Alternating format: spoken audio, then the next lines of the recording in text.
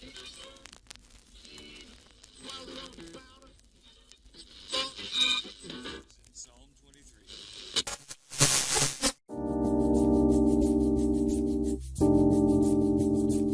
everyone, welcome to the Recruitment Show. We are talking about all of the major topics that people are discussing right now. Everything recruiting, future of work, and everything in between. I've got guests from all over the world to come and share their perspective and their thoughts and feelings and all of that stuff on these key topics. It might not be politically correct. It might not be what you want to hear, but it's people's perspectives, and it's important to hear people's perspectives.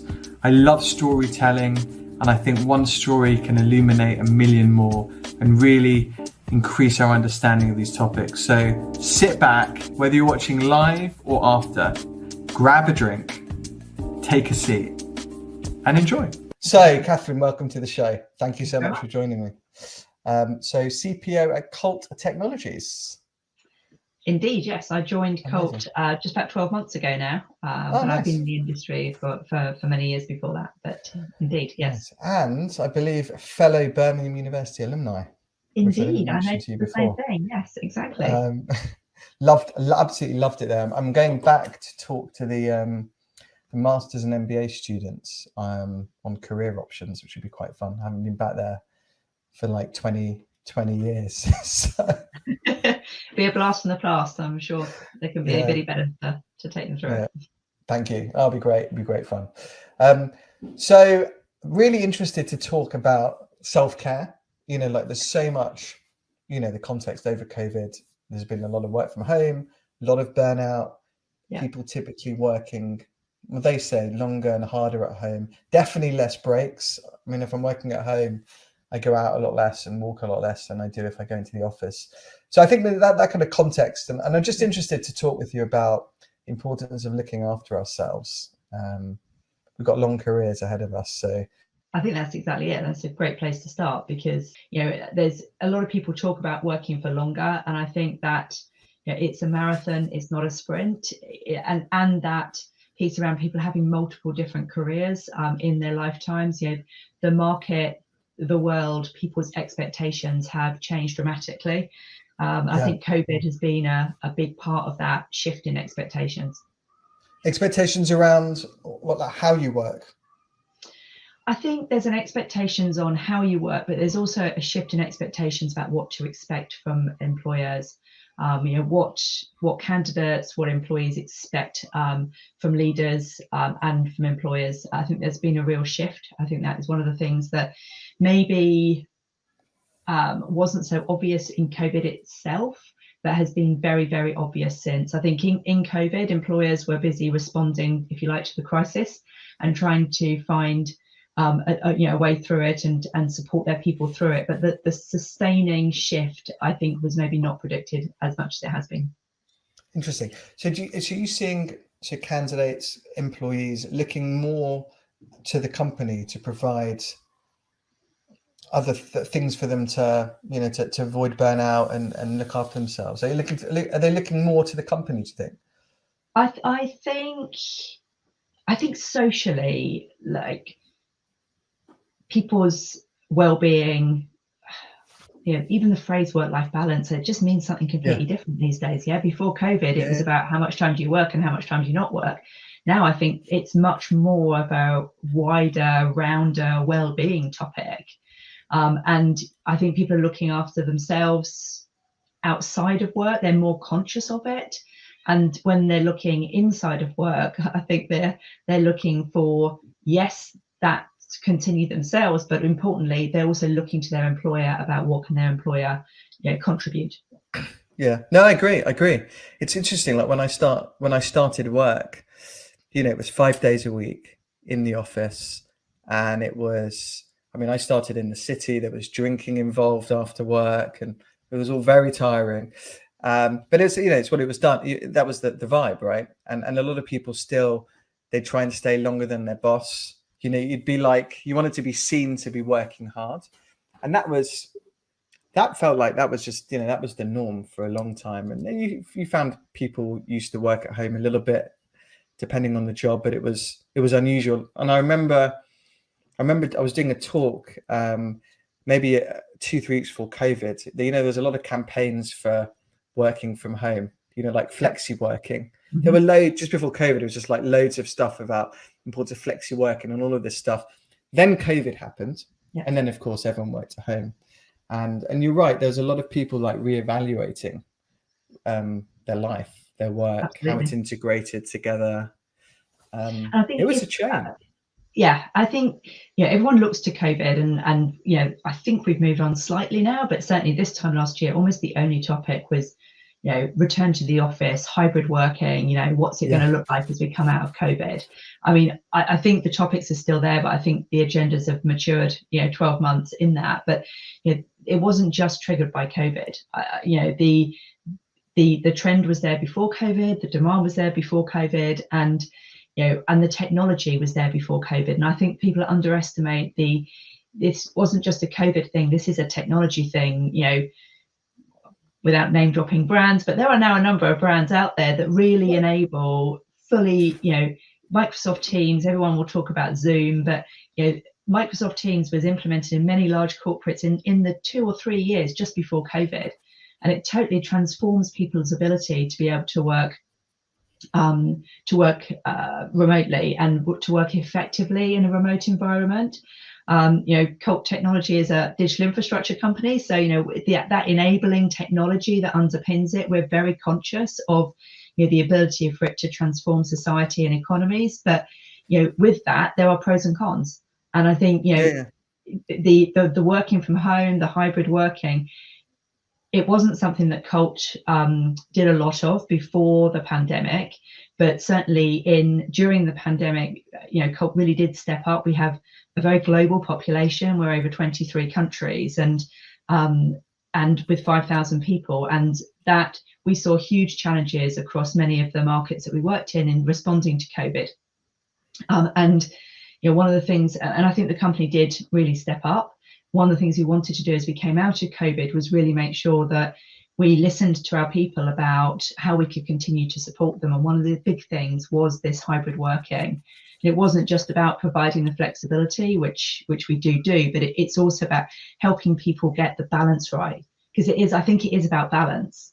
And, everybody's got different circumstances at home, but so therefore there isn't a one size fits all rule. Yeah. No, I agree. Hybrid's always a funny one though, because it's kind of a little bit halfway house, isn't it? And then if you're, either you're sitting next to your boss, your colleague might not be, there's whole topics around like promotion and just fitting into your team. I think it's interesting, isn't it? We went fully remote, like completely remote. And everyone's got the same experience. The hybrid needs to be designed properly and in a way where some of these issues are tackled. Because I've heard a lot of folks complain that they're working at home, colleagues with the boss, they get promoted. It's hard to know the context and stuff behind it, but there's some issues to talk through. There's some issues to talk through. I think we're a global business and we have global teams. So the fact that most of these teams are distributed over different geographies, some of those challenges negate some of those issues to an extent if you're in different locations. I think what we're hearing from people is they want the flexibility, but they do enjoy the connections on at times, and therefore knowing that when they come into the office it's worth it. If they're traveling in, they're not going to find a half empty office. So we put a lot of effort into providing sort of flexible first policy and giving people the I'm not going to say choice, because I think it is about saying what's the right thing to do for the business and the team, and sometimes as well as the individual. And sometimes that means, traveling or going to the office or being in front of a customer where maybe if it was your own personal choice that day, you wouldn't. So I think it is the sort of maturity of doing the right thing. But we do also do connection days in the office where we don't mandate them, but we say, these are the days, if you're coming into the office, you can guarantee other people will be there because this is the kind of, this is the day. We do a few of those each month. And I think that's helping people, again, manage their own diaries, manage their own time, but get the connection as well as get the flexibility. To your early point on candidates and employees demanding companies, certainly looking for companies that are supporting their well-being and stuff. Have you been finding that over these last few years, and certainly now, there's an expectation that the company should be letting you work at home, or it's almost like it feels there's quite it's sometimes one way, and to your point, you have to do and be there. Like it's two way. You got to be there for your company will be there for you. Have you found that it's quite, it seems to be a little bit of a right, well, what can you do for me? I'm the employee, or I'm the person you want to recruit. There's many other jobs I can go to. Have you seen that? I think yes is the short answer. I also think that you need to take my personal view is organizations need to take, and leaders as individuals, because quite often this will come down to individual leaders within an organization and the experience that they give to their candidates and their employees.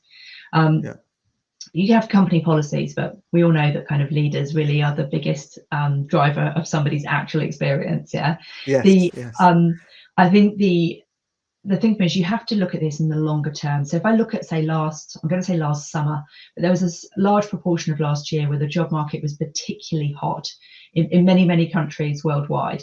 And I definitely think then there was a feeling that the candidates, I'm going to say, wielded a lot of power, but there was a lot of choice from their perspective. Yes. And there was, especially in hot skill markets, hot skill spaces, there was a lot. It was a very, very competitive place. And I think if an organization suddenly flips to sort of providing flexibility to attract candidates in that short term, and then starts to flip their policies back again 6 months later, when actually maybe I'm going to say balance of power begins to shift into a bit more of a neutral position, I think it's very short-sighted. Because any good company culture, any relationship has got to be built on trust. And if you're not, I'm going to say, sustainable and predictable, and you do what you say, then you immediately have a challenge as an organization. So I think being able to deliver flexibility within a framework that operates for your business and for within your markets, given the nature of the work that you do, and then be able to stick to that and be able to deliver it really well. I think that's the bit that's so important. Yeah, no, I mean, every relationship is built on trust, for sure. It's interesting though, because you have Twitter and Elon Musk, who, Elon came in and it was like, right, 7 days a week in the office, 24 hours a day. If you don't like it, go find another job. I thought that was quite interesting. I mean, at least you know where you stand with that. And then it may not be my choice, but I think the one thing you can say for that is at least you know where you stand. Yeah. Agreed. It's like, it's interesting because you want clarity. It's like, okay, if I join Twitter, I know what I'm in for, and either I'm like, great, or not for me. And then you have a whole raft in between. Like we've seen a lot of companies, and banks are a good example, wanting people back in 5 days a week. And look, people, they take a view, they either go and find another job if it doesn't suit their scenario, or they stay. So, but I think it's definitely two-way, and it's built on trust. And I think sometimes it's been unavoidable for companies if they're changing the scenario, because things have moved so quickly, the last few years. And just people are arriving at what works for the business, what works for their people. And some people it doesn't work for and they leave, and others it does. And the best ones, well, everything's better bespoke, isn't it? But it's hard if you've got so many folks. So. It's hard if you've got so many folks. I agree with that. I do also think there isn't the right and wrong answer. You're different industries, different businesses with, if you've got a very global business versus a very local business, or if you have clusters of employees in certain locations, your framework of flexibility will be different from another organization's. I don't think there is a right and wrong. I would say that I think we have heard some very, very compelling stories from our people around how flexible working has allowed them to manage caring at home and some family and domestic challenges. But I think also probably some of the most compelling is where in some markets it's been the difference between them staying in work or not staying in work. And I think that's especially in markets at the moment where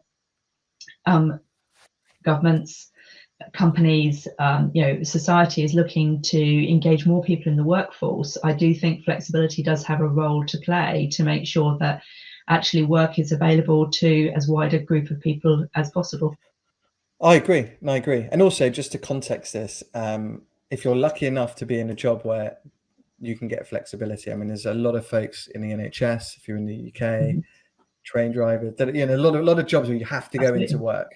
Yep. So, if you're lucky enough, and it is a privilege to be able to have this conversation and say, actually, I want to do 2 days from home, 3 days, so I think you're in a privileged position if you're able to construct your job around that.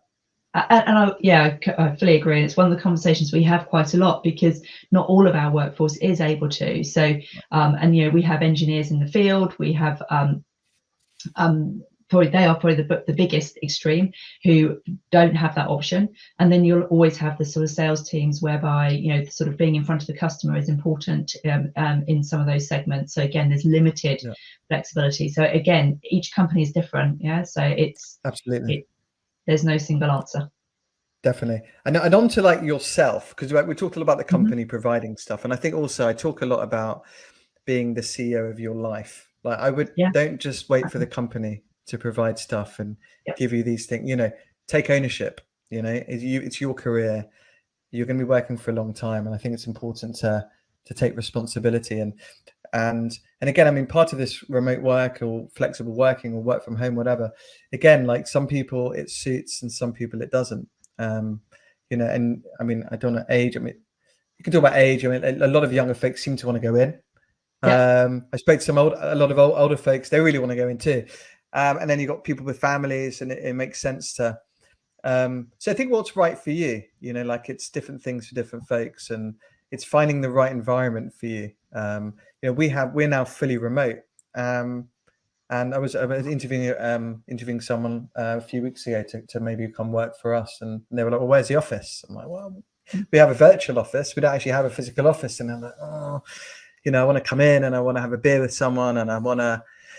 So we're not the right spot. So like it's got to, as an individual, you got to find the right vibe and the right environment for yourself. And I think your point about kind of do candidates have greater I keep using the word power. It's not the right word, but you know what I'm saying, okay? Influence or whatever. Influence, exactly. I think candidates have got a new challenge on their hands here to sort of almost personally be able to work through what is it they are looking for in relation to this. In the old days, shall we say, most roles either had all office or some office related roles, let's call them, okay, had some or full-time office attendance. And now more and more you have the option of fully hybrid or fully remote or hybrid. And then to what extent is hybrid? Is it mandated 2 or 3 days a week? Do you get true flexibility? I think people really have to, that's something new for candidates to think about. It's certainly new for people. You said you're off to Birmingham University to talk to graduates looking to enter the workplace. That's certainly something for people entering the workforce to really think through and try and work through and learn what is it that works for them. And that's I think that is a new challenge for candidates. Oh, 100%. I mean, there's two things. I mean, we focus on senior leadership roles, and most of them are regional, global, and most of the searches we work on, people don't mind where the role's based at all. Certainly for the large global companies that we hire for. And so for us, it's been great. I mean, the talent pool is suddenly, much bigger, more diverse, etc. And you can do a better job at sourcing and finding good folks, and and then they travel as required. If you go down to graduates entering the workforce, I mean, wow, it's like, you leave university, if you've gone to university, and suddenly, your life has almost been, it's like, you go to school, you do your A-levels or baccalaureate, whatever, you go to university, let's say you followed that path. Suddenly, what do you do? And if you find a job where you're not going in, because I tell you, I mean, I think for me, the first few jobs you do, it's about who you work with. Like, it's more valuable than the job itself, like the leader that you've got, I think. And so we've got to be careful not to lose that, because it's valuable learning for these people early on. Yeah, I mean, these, as you know, these are hot topics for organisations. It is critically important, not only that we kind of can engage and support and at the current workforce and retain the current workforces we have, but that you can support and grow the new talent coming through the workforces of the future. And I think that how do you onboard effectively somebody who's never worked in before, early in their career? How do you then develop them and make sure that development is at the same pace as it would be previously? That's a really hot topic.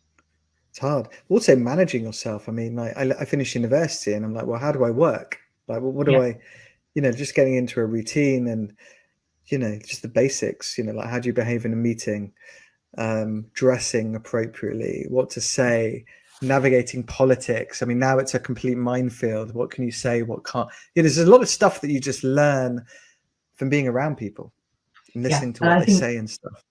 And that again, I mean, I feel like a broken record at work as well saying this, but I think I think it is about balance. Because to expect a graduate to land in 100% remote, you might disagree with me because you run 100% remote. I mean, that is that's quite a tough gig. But actually, if it creates a new challenge for kind of the early careers programs and leaders within organizations, but to really think through what is that experience for a graduate or an apprentice who's joining an organization where it is hybrid.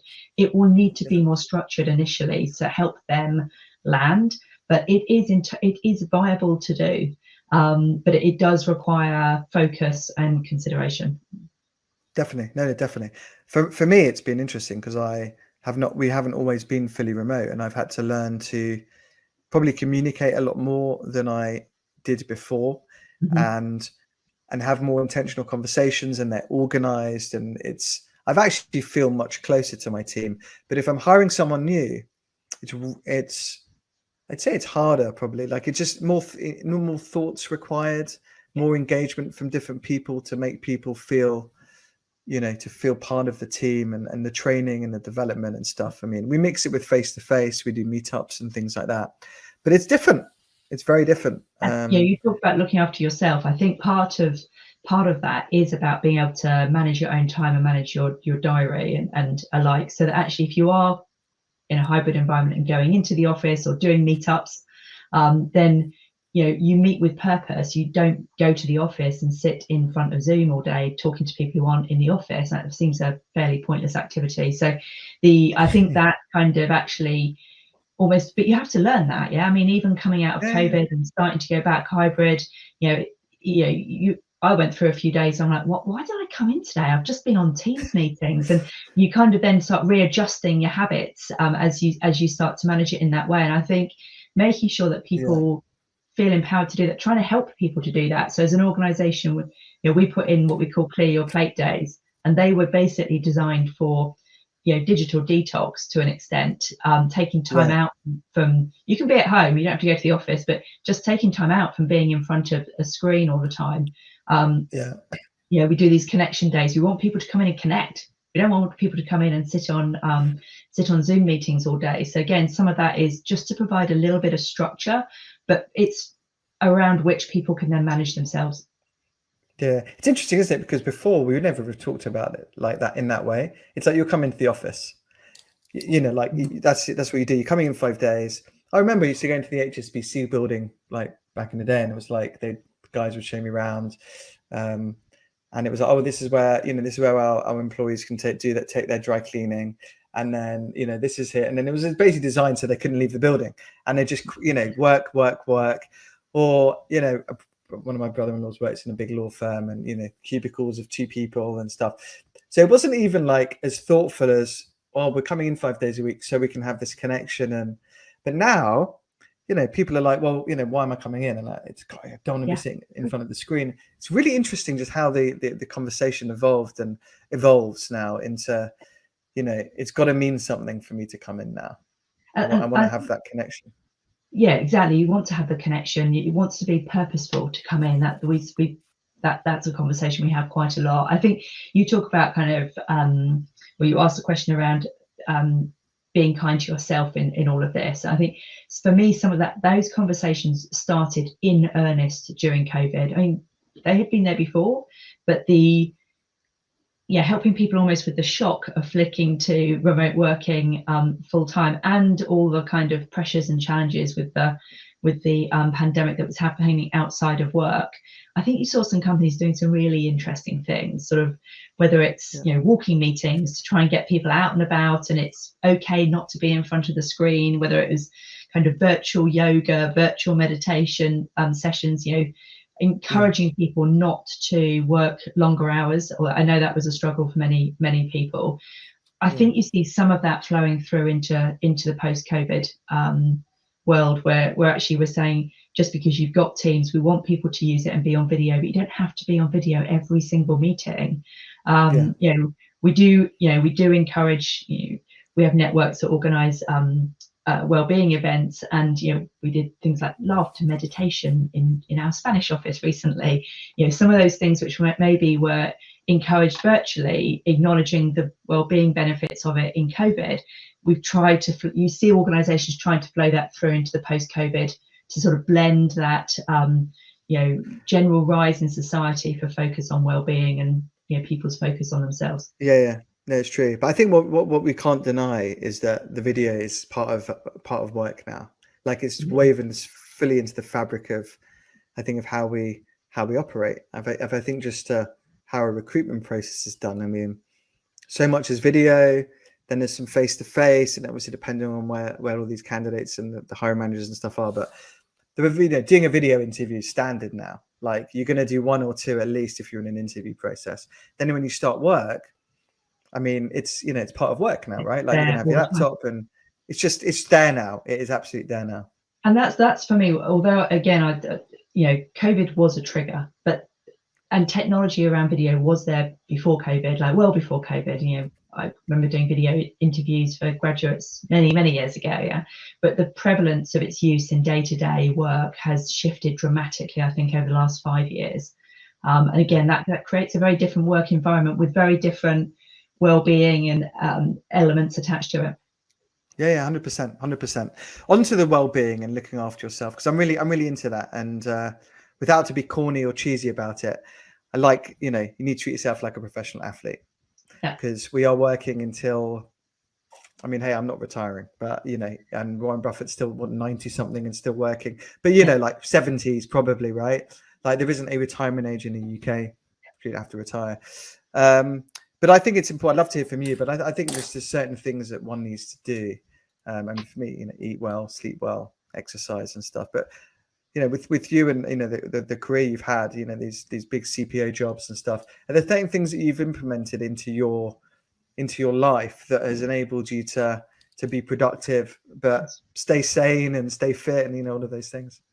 I think it's a very good question. I think it's probably one of those areas that I should have put more focus on earlier, shall we say, and then you learn lessons as you go through it. I think let's be honest, these are the kind of things that are very personal and different to different people. Yes. I think for me personally, I know that kind of fresh air, being outside, is so important to me. And I think it's so important to many people. I mean, this is a very well-known topic, okay, and again, post-COVID. But so that is something I try to build into every day, whether that's a sort of walk before work or getting out after work, or when I do go into the office, I make sure I walk up from the station to the office, which is a fair distance, and I could easily have, and take a tube or whatever to do that distance. But building that in is really, really important. And if it's not the quickest route to the office, that actually doesn't matter. It's that's not the point on that one. So I think some of those small things. I think the other one for me is sleep. Like, sleep is so important to mental health, so important to physical well-being, so important to turning up well the next day for work. And so I think those kind of things, like really understanding that about yourself, and people learn it over the years, but sticking by that is super important. I think for me, there's other little things that you can build into your sort of work patterns, and for me, one of those is being able to switch off. So, people talk a lot about, resilience in a very busy world. A lot of that is about knowing when to take a break, and be that, a holiday, be that switching off at the end of a day, or just really making sure that kind of you can really switch off at the end of the week. And therefore, actually for years now, I always, no meetings on Friday afternoons. I use the time always to clear back, do actions, prepare for the next week, write my to-do list, but that really means that at the end of the day on Friday, I can genuinely switch off. I don't have kind of work churning around in my mind. And I think little habits like that can also be very useful. Yeah, that's really good. The one thing I'm working on, and I've got to be honest, and I haven't quite nailed it yet, is leave this outside my bedroom. I mean, I don't know how good you are at that, but I mean, it's not, they say, I don't know who they is, but they say a lot of stuff. And one of the things they say is not good to look at your phone before bed. And I'm trying very, very hard to not do that. It's very difficult. It is those little habits, like leaving the phone outside the bedroom, which I get a bit like you. Yes, I'm kind of, I'm on the journey on that one. But certainly we had a conversation recently in my team where somebody kind of their new habit they're trying to form this year is not to look at TikTok before bed. So I was like, because this apparently is a path to wasting a lot of time. So but I think those kind of things whereby we have done some workshops on building good habits and the type of habits that actually are healthy habits for you to build. And some of those examples we just talked about, leaving your phone outside the bedroom, not playing on TikTok just before you go to bed, clearing Friday afternoons, walking up from the station. These are small things, but actually if you build those into your everyday, I think they do make a big difference. Yeah, no, massively. And for me, I'm really big on exercise, and I put my exercise in my diary like it's the most important meeting of the day. So like I'm speaking with Catherine tomorrow. It's not going out my diary. Neither's my exercise. And it's great. It's like unmovable for me. And because when I'm in the gym or I'm lifting weights or I'm doing something, it's probably the hardest thing I do all day. Like lifting another weight off the floor and you really don't want to. And so I do that a lot, and that helps me kind of decompress, or just it's a nice change. It changes your energy, and it's a really good thing to do. I got that into that. Me and my wife do that a lot, which has been great. I think so. I'm not a gym person, but I'm definitely an outside person, and I'd say the same thing. One of the things for me, I think, is the importance of leaders talking about this. So I think the power of senior leaders standing up and talking about their habits, what's important to them, the fact that leaving the phone outside the bedroom, good quality sleep, doing their exercise, be at the beginning or the end of the day. I think it's not about permission, but it's about saying, kind of, it's okay. I'd expect everybody in any organization to do that and to be able to build that into their working day. And I think for senior people to be able to share their habits that they've learned over their careers and what works, and talk about how they build it into their working day in their company is really empowering for that people then to be able to go away, reflect on, well, what are the habits I want to build in, what works for me, and how do I build it into my working day. I think little things like that, we underestimate the impact it can have, again, especially for people earlier in their career as they're kind of finding their way. Yeah, no, 100%. I've got to say, for me, when I was early on in my career, I was like, I'd never do exercise during the day, like a lunchtime, because I always felt like I was like, wasn't like skirting off work, but just didn't feel like, the boss was like on it, like the whole, I was just like, where are you going? I was like, and I was like, oh, I'm going to the gym, kind of under my breath. And, the look I got was like, okay, I'm not going to the gym at lunchtime anymore. But then I started doing the evening. And then they'd be like, where are you going? It was like, like 6 o'clock. So I'm going to go to my, my yoga class, 6:15. And, the look, and you're like, okay, I'm not going to my yoga class. Need to do another hour. So it was funny. It was like that. And then when I started my own firm 13 years ago now, it was the same. Like I wouldn't do it until I'd either morning or afternoon. And the last few years, I've got more comfortable telling my team and just, when I'm doing my exercise, and I put it in my diary and everyone can see it. And I don't like tell my team to exercise, but like if they wanna, they know what I'm doing, and some have asked how I do things, and I share my experience and stuff, and Absolutely. so it's important. It's because you want to be, you will be working a long time, and it's like there was this great post, like I can't think of a Simon Sinek. I can't remember who did it, but it was like, great cultures like, can I take a break? And the boss is like, no. I need to take a break now. I'm burnt out. Okay, now I need to take time out to recover. Whereas the good cultures like, have you taken a break yet? Have you booked your holiday yet? Like you need to protect your energy so you can come back the next day and do good work as well. And that's where I think we need to get to. Completely. I mean, taking holidays is another one of those small things. Like, leaders who don't take holidays or who work on holidays. Just setting a really bad example in terms of that point about it's a marathon, not a sprint. We're going to work for a long time. To help people navigate through that, as well as helping self. Again, it speaks 1,000 words. So that being able to know when to reset, know when to take some time out, so important. Yeah, and it is, and it's just been so. I think also, and again, we keep being on COVID, but I think COVID was the catalyst for a lot of these things. They were all being talked about anyway.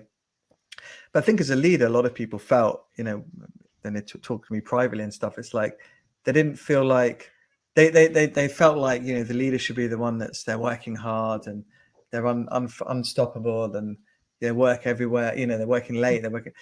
People felt that, I think, and then that stems down to the employees. They need to feel that they feel they should be doing the same. And it's not until I think COVID just broke that a little bit and people got seen to be more human and like they're talking about this stuff more. And I think that's a really good thing. Yeah, it's a really good thing. Last point before we got rewilding. Now, I noticed you talked a little bit about rewilding. For those that don't know, what is it, please? Very good question. So rewilding is really about letting nature take over and do the conservation for you. It isn't just about letting everything go wild. It is about trying to recreate those natural environments and natural habitats with the right biodiversity in them. And I think we talk a lot about climate crisis, but there is a massive nature crisis, and that lack of biodiversity and species under threat is, if you like, the other side of that coin on climate crisis. I like that. Can I tell you what rewilding means for me? Go for it. It means me or an individual rewilding themselves, like getting out into nature. The walking that you talked about. Like when I take my kids camping, and we get out onto the field and we're not wearing any socks or shoes. It's one of the most recharging things that I ever do, I think. Because like with that, we've got TikTok and there's so much stuff that's coming at us online and the Zooms and the phone, and it's just constant. And there's just something amazing just about being under the stars, being in a field, and that feels, for me, that's rewilding myself, and I really like that. I couldn't agree more. I think that environment of kind of getting out in nature where it's really been allowed to sort of let go and it in its very, very, very natural form is a completely different experience to just simply getting fresh air in a sort of normal community environment, shall we say. And I think that can also get down to, the other thing I like about it is everyone can participate in it in some way. It's not just these huge kind of landscape projects that are out there and landmark projects that are out there on rewilding. If you have a garden, if you have a patio, if you do anything like that, then you can really think about how can you provide more home for nature, and try to do things in a slightly different way. So I think, and that's again, switching off from work, getting your brain to think in a totally different way on a totally different topic. So important. And for me the two things come together. It's part of the switch off, part of the well-being, and it also plays into the nature crisis and climate crisis. It's a nice circular virtuous circle. Love it. What a lovely place to end. Catherine, thanks so much for joining me. Really appreciate it. Thank you so much for watching. Hope you enjoyed it. Please do not forget to subscribe in all the usual places: YouTube, Spotify, Apple Podcasts, anywhere you like to watch or listen to a podcast. Any comments or feedback, please drop us a DM. If you've got anything that you want us to discuss, again, feel free to get in touch.